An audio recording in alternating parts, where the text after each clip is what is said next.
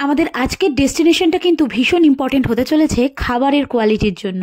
আমি যেহেতু হাওড়ায় থাকি তাই চেষ্টা করি হাওড়ার নতুন পুরনো বিভিন্ন জায়গার খাবারের খবর আপনাদের সাথে ভাগ করে নিতে। আজকে শেয়ার করব এরকমই একটা জায়গার কথা। এই ফুড জয়েন্টটা একেবারেই নতুন বলা যেতে পারে, আর এখানে পাওয়া যায় বিভিন্ন রকমের ফ্রাইড আইটেমস থেকে শুরু করে চাইনিজ, মোগলাই ইত্যাদি খাবার দাবার। আগেই বলেছি এখানকার খাবারের কোয়ালিটি নিয়ে কিন্তু কোনো কথা হবে না। এখানে কোনো কিছুই কিন্তু আগে থেকে তৈরি করা থাকে না, তাই গিয়ে কিছুক্ষণ অপেক্ষা করতে হয়।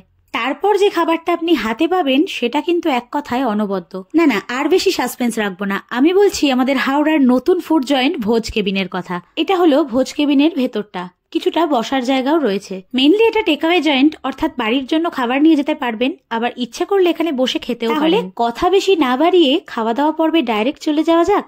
নমস্কার, আমি বৈশাখী ফ্রম হ্যাংলাস ডে আউট, আর আপনারা দেখছেন আমার সম্পূর্ণ নতুন একটা ইউটিউব ব্লগ। কিছুদিন আগে হাওড়া ক্রিসমাস কার্নিভালে যাওয়ার পথে এই ভোজ কেবিন আমার চোখে পড়ে, আর তার পরের দিন ভোজ কেবিনে গিয়ে আমি প্রথমেই ট্রাই করেছিলাম এখানকার ফিশ ফ্রাই। একেবারে পিওর ভেটকির ফিলে দিয়ে তৈরি এই ভেটকি ফিশ ফ্রাই এর দাম ছিল মাত্র 90 টাকা। বাইরের কোটিং খুবই পাতলা ছিল, মানে যেটুকু না হলেই নয়, আর ভেতরে ভেটকি মাছের ফিলে কিন্তু বেশ ভালো পরিমাণে ছিল। হাওড়ায় এই দামে এই কোয়ালিটির ফিশ ফ্রাই সত্যিই কিন্তু ভাবা যায় না, খেতে দারুণ ছিল। ফিশ ফ্রাই ট্রাই করার পর এবার দেখার পালা ছিল এখানকার ফিশ ফিঙ্গারটা একই রকম ভালো খেতে কিনা, তাই নিয়ে নিয়েছিলাম ফিশ ফিঙ্গার। দেখেই আশা করি বুঝতে পেরেছেন যে মাছের কোটিংটা কত পাতলা আর ফিলেটা কত বেশি পরিমাণে রয়েছে। এটাও পিওর ভেটকি মাছ দিয়ে তৈরি এবং দাম পার পিস 30 টাকা। ফিশ ফ্রাই এর মতন অতটা ভালো না লাগলেও ফিশ ফিঙ্গারটাও কিন্তু বেশ ভালো খেতে ছিল। এরপরে নিয়ে নিয়েছিলাম চিকেন পাকোড়া, আর সত্যি বলতে বহুদিন পর এত ভালো চিকেন পকোড়া কোথাও খেলাম। এখন বেশিরভাগ জায়গাতেই চিকেন পকোড়াটা একটু অ্যাভয়েডই করি, কারণ হয় ভেতরটা কাঁচা থাকে, নয়তো বাইরের কোটিং ভীষণ মোটা হয়। এক্ষেত্রে কিন্তু একেবারেই নয়। সত্যি বলতে যদি একটা পারফেক্ট চিকেন পকোড়া খেতে চান তাহলে কিন্তু আপনাকে ভোজ কেবিনেই আসতে হবে। এখানে চিকেন পকোড়ার প্রাইস ছিল এক পিস 20 টাকা। আচ্ছা, প্রাইসের কথা যখন বলছি তাহলে এখানকার প্রাইস চার্টটাও আপনাদের সাথে একটু শেয়ার করে নিই। স্টার্টার থেকে মেন কোর্স সব রকম খাবারের প্রাইসে কিন্তু এই চার্টে দেওয়া রয়েছে। এখানে একটা কথা বলে রাখি, দাম অনুযায়ী কিন্তু কোয়ালিটি এবং কোয়ান্টিটি একেবারে ভর্তি। স্টার্টার পর্ব তো মিটলো, এবার চলুন সরাসরি চলে যাওয়া যাক মেন কোর্স পর্বে। মেন কোর্সে প্রথমেই ট্রাই করেছিলাম এখানকার স্পেশাল মোগলাই। স্পেশাল বলছি কারণ আমি নিয়েছিলাম এগ চিকেন মোগলাই। তাছাড়া আরো একটা কারণে এই মোগলাই কিন্তু স্পেশাল। এই মোগলাই তৈরি হয় হাঁসের ডিম দিয়ে।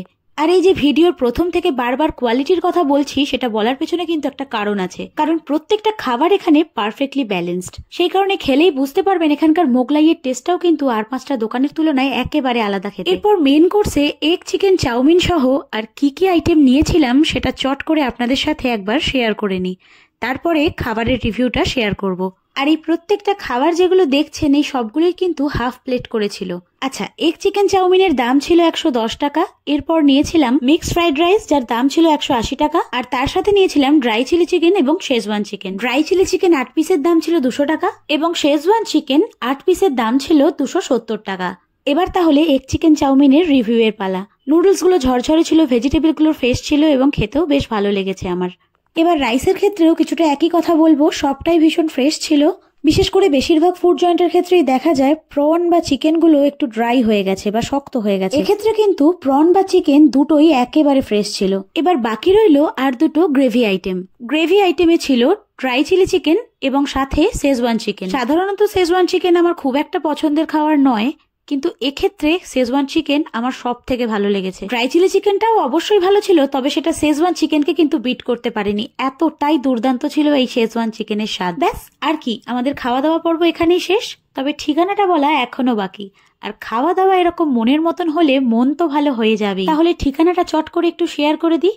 এই ভোজ কেবিন হলো হাওড়া কদমতলার কাছে অবসর মাঠের একেবারে বিপরীত। অবসর মাঠ হাওড়া কদমতলার অত্যন্ত পরিচিত একটা জায়গা। আশা করি ভোজ কেবিন আপনাদের চোখে পড়েছে। তাহলে আর কি, একবার খাবারটা ট্রাই করে দেখে নিন কেমন লাগে। আর যারা খাবার ইতিমধ্যেই ট্রাই করেছেন তারা জানাতে ভুলবেন না এখানকার কোন খাবার আপনার সব থেকে প্রিয়। তাহলে ভিডিওটা আজ এখানেই শেষ করছি। ভিডিওটা ভালো লাগলে লাইক, কমেন্ট, শেয়ার করতে ভুলবেন না। আবার খুব তাড়াতাড়ি ফিরবো নতুন কোনো ভিডিও নিয়ে।